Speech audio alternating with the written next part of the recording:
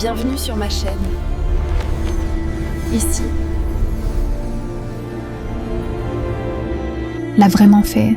Sous mes yeux, devant toute la cour, le roi a ordonné que mon fils soit jeté dans la cage des lions. Ce que j'ai vu ce jour-là hante encore chacune de mes nuits. Et si je vous raconte cette histoire aujourd'hui, c'est parce que personne n'a jamais osé dire la vérité sur ce qui s'est passé dans le royaume de Kambala. Je m'appelle Amina, fille d'un simple guérisseur du village de Songa, et jamais je n'aurais imaginé qu'un jour ma vie se retrouverait mêlée aux secrets du palais royal. Pourtant, tout a commencé bien avant cette terrible journée, bien avant les cris de la foule et les regards glacés des gardes du roi. Mon fils Malik n'était encore qu'un enfant lorsque le destin a décidé de le placer sur le chemin du pouvoir. Un chemin dangereux, jaloux et rempli de trahison. Malik était né pendant la grande saison des pluies, une nuit où les éclairs illuminaient le ciel comme si les ancêtres eux-mêmes observaient notre monde. Les anciens du village avaient murmuré que cet enfant portait une étoile particulière, mais à l'époque je n'avais pas prêté attention à leurs paroles. Pour moi, Malik n'était qu'un garçon au sourire lumineux, curieux de tout, toujours prêt à aider les autres. Mais au fil des années, quelque chose d'étrange s'est produit. Partout où il allait, les gens l'écoutaient. Même les adultes s'arrêtaient pour entendre ses idées, ses conseils, comme si une sagesse inhabituelle vivait déjà dans son cœur. Moi, je pensais simplement qu'il avait hérité de la bonté de son grand-père. Pourtant, le destin de Malik allait bientôt attirer l'attention de quelqu'un de bien plus puissant que tous les habitants de Songa. À cette époque, le royaume de Kambala était dirigé par le roi d'Amba, un homme respecté, mais dont le regard semblait toujours cacher une inquiétude profonde. Le roi avait un fils unique, le prince Jafari, destiné à hériter du trône un jour. Mais beaucoup murmuraient dans les marchés et les ruelles que le prince manquait de courage et de sagesse. Les anciens disaient que pour diriger un peuple, il fallait d'abord gagner son cœur. Et malheureusement, le prince Jafari ne semblait gagner que la peur et la méfiance. Un jour, lors de la grande fête de la moisson, notre village fut invité au palais pour célébrer avec la cour royale. C'était la première fois que Malik voyait les hautes murailles de Kambala et les immenses portes sculptées du palais. Je me souviens encore de son regard émerveillé lorsqu'il a chuchoté « Maman, un jour je veux aider les gens d'ici, comme le roi est censé le faire. » J'avais souri, pensant que ce n'était qu'un rêve d'enfant. Mais ce jour-là, quelque chose d'inattendu s'est produit. Pendant la cérémonie, le roi d'Amba avait demandé à plusieurs personnes du peuple de s'exprimer sur les difficultés du royaume. Personne n'osait parler. Les hommes baissaient les yeux, les femmes se taisaient, et un silence lourd flottait dans la grande cour du palais. C'est alors que Malik, qui n'avait que 12 ans, s'est avancé timidement. Mon cœur s'était arrêté en le voyant marcher vers le roi. Les gardes semblaient prêts à l'arrêter. Mais le roi avait levé la main pour les arrêter. « Laissez l'enfant parler », avait-il dit. Malik avait pris une grande inspiration avant de dire simplement « Majesté, les villages manquent d'eau pendant la saison sèche. Si on creusait des puits près des champs, les récoltes seraient le plus fortes et le peuple aurait moins faim. » Ce n'était pas une grande déclaration, mais quelque chose dans la façon dont il l'avait dit avait traversé toute l'assemblée. Les conseillers avaient échangé des regards surpris. Même certains soldats semblaient impressionnés. Et pendant un instant, j'avais vu le roi sourire.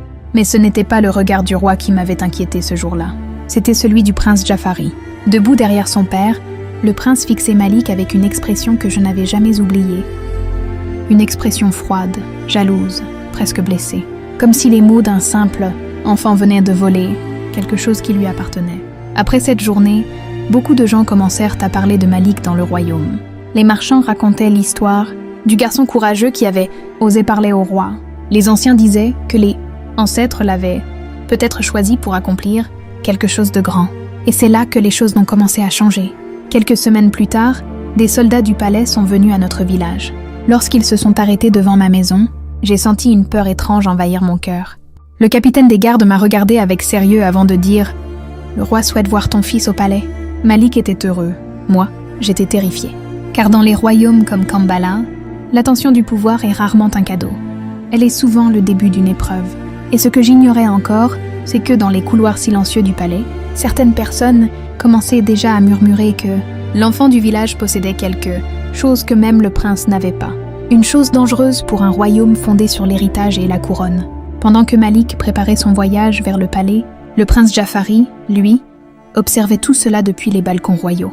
Et ce soir-là, selon ce que j'ai appris plus tard, il aurait prononcé une phrase qui allait changer nos vies pour toujours. Si cet enfant vole le cœur du peuple, alors il deviendra un problème pour mon trône. Et quelques jours plus tard, Malik franchissait les grandes portes du palais de Kambala, sans savoir que certains, à l'intérieur, avaient déjà décidé qu'il ne devait jamais en sortir vivant. Lorsque mon fils, Malik, a franchi les grandes portes du palais de Kambala pour la première fois, je sentais déjà que quelque chose d'invisible se refermait sur nous, comme si le destin avait tendu un piège silencieux dont nous ne pouvions plus nous échapper. Les soldats nous avaient conduits à travers de longs couloirs décorés de tapis, rouges et de statues d'anciens rois, et malgré la beauté du palais, mon cœur battait avec une inquiétude que je ne pouvais pas expliquer. Malik, lui, regardait tout avec émerveillement, comme un enfant découvrant un monde nouveau. Maman regarde ses peintures. Elle raconte l'histoire du royaume, murmurait-il avec enthousiasme. Mais je voyais bien que certains serviteurs s'arrêtaient pour l'observer, comme s'ils essayaient de comprendre pourquoi un simple garçon du village avait été convoqué par le roi lui-même. Lorsque nous sommes arrivés dans la grande salle du trône, le roi d'en bas était assis sur son siège de bois sculpté, entouré de ses conseillers. À sa droite se tenait le prince Jafari, droit et silencieux, le regard sombre. Le roi a demandé à Malik d'approcher, et pendant quelques instants, ils ont parlé seuls, comme si le reste de la cour n'existait plus. Je n'entendais pas leurs mots. Mais je voyais le roi hocher la tête avec intérêt pendant que Malik répondait calmement à ses questions. Plus tard, j'ai appris que le roi lui demandait son avis sur les problèmes du royaume, sur les récoltes, sur les villages oubliés. Et Malik, avec la sincérité d'un enfant, lui disait simplement ce qu'il pensait. La cour semblait étonnée qu'un garçon aussi jeune parle avec autant de clarté. Mais ce qui m'a glacé le sang ce jour-là, c'est que le roi paraissait impressionné. À la fin de la rencontre, il a déclaré devant tout le monde « Cet enfant possède un esprit rare. Il devrait venir parfois au palais pour apprendre auprès de mes conseillers. » Les murmures ont parcouru l'assemblée comme un vent soudain. Certains semblaient heureux, d'autres troublés. Mais personne n'était plus troublé que le prince Jafari. Je n'oublierai jamais la manière dont il a serré les poings lorsque la foule a commencé à parler de Malik avec admiration. Pour lui, ce n'était pas seulement un compliment fait à un enfant, c'était une menace. Les semaines suivantes ont changé notre vie. Malik était invité régulièrement au palais pour écouter les discussions des conseillers et partager ses idées. Les gens du peuple l'aimaient de plus en plus, car il parlait toujours de leurs difficultés et cherchait des solutions simples. Même certains soldats disaient qu'un jour, il deviendrait un grand chef. Moi, j'essayais de rester prudente, car je savais que dans les royaumes, l'admiration peut vite devenir un danger. Et malheureusement, mes craintes étaient justifiées. Un soir, alors que Malik et moi quittions le palais après une réunion, j'ai entendu deux gardes murmurer derrière une colonne. L'un d'eux disait « Le prince n'aime pas cet enfant ». L'autre a répondu « Comment pourrait-il l'aimer ?» Chaque fois que Malik parle, le roi l'écoute plus que son propre fils. J'ai senti mon cœur se serrer. À partir de ce jour, le regard du prince Jafari est devenu encore plus froid. Il observait Malik comme un homme qui mesure la taille de son ennemi. Un jour, dans les jardins du palais, il s'est approché de nous avec un sourire étrange. « Tu es très populaire, petit », a-t-il dit à Malik. « Le peuple parle beaucoup de toi. » Malik, innocent, a simplement répondu « Je veux seulement aider les gens, mon prince. » Jafari a hoché la tête lentement avant de dire d'une voix douce mais glaciale « Parfois, aider les gens peut créer des problèmes que l'on ne voit pas venir. » Puis il est parti sans ajouter un mot. Ce soir-là, j'ai demandé à Malik de rester loin du palais pendant quelques jours. Mais 2 jours plus tard, un messager royal est arrivé avec une invitation spéciale du roi. Une grande célébration devait avoir lieu dans l'arène du palais, un spectacle pour le peuple. Le roi voulait que Malik soit présent comme invité d'honneur. Malik était fier, bien sûr, et moi je ne voulais pas refuser une invitation royale. Pourtant, en arrivant à l'arène ce jour-là, j'ai ressenti une tension étrange. Les gradins étaient remplis de spectateurs, les tambours résonnaient, et au centre de l'arène se trouvait une grande cage de fer recouverte d'un tissu épais. Je savais que l'arène servait parfois à montrer la puissance du royaume, mais je n'avais jamais vu quelque chose d'aussi impressionnant. Le roi est arrivé avec toute sa cour, et le prince Jafari marchait juste derrière lui. Lorsque le spectacle a commencé, plusieurs guerriers ont montré leur courage dans des démonstrations de force et d'adresse. Puis soudain, le prince s'est levé et a demandé la parole. Sa voix résonnait clairement dans l'arène. « Peuple de Kambala », a-t-il annoncé. « Aujourd'hui, nous allons voir un test de courage. » Les tambours se sont arrêtés. Tout le monde regardait. Jafari a tourné lentement son regard vers Malik, qui était assis près de moi. « On dit que cet enfant possède une sagesse et un courage exceptionnels, » a-t-il continué. « Mais dans ce royaume, un vrai courage doit être prouvé. » Mon cœur s'est mis à battre plus vite. Avant que je puisse comprendre ce qui se passait, le prince a fait un signe aux gardes. Le tissu qui recouvrait la cage a été retiré. À l'intérieur, un lion majestueux tournait lentement, ses yeux brillants sous la lumière du soleil. La foule a poussé un cri de surprise.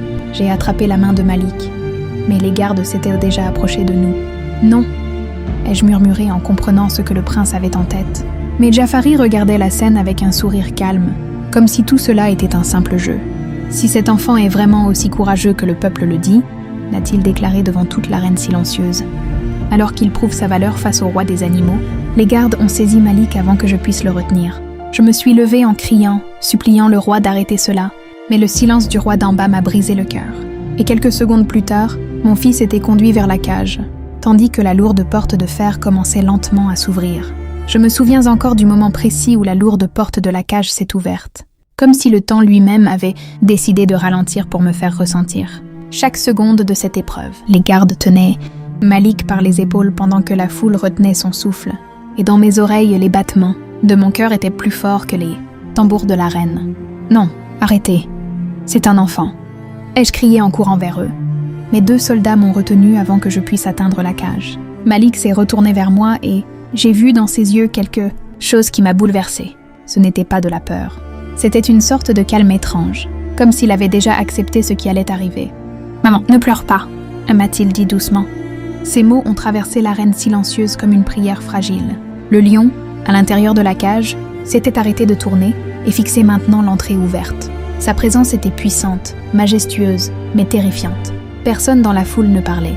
Même les conseillers du roi semblaient mal à l'aise. Le prince Jafari, lui, observait la scène avec un sourire presque imperceptible. Il croyait que ce moment marquerait la fin de son problème. Les gardes ont poussé Malik à l'intérieur de la cage. La porte de fer s'est refermée, avec un bruit lourd qui a résonné dans toute l'arène. À cet instant, je me suis effondrée à genoux.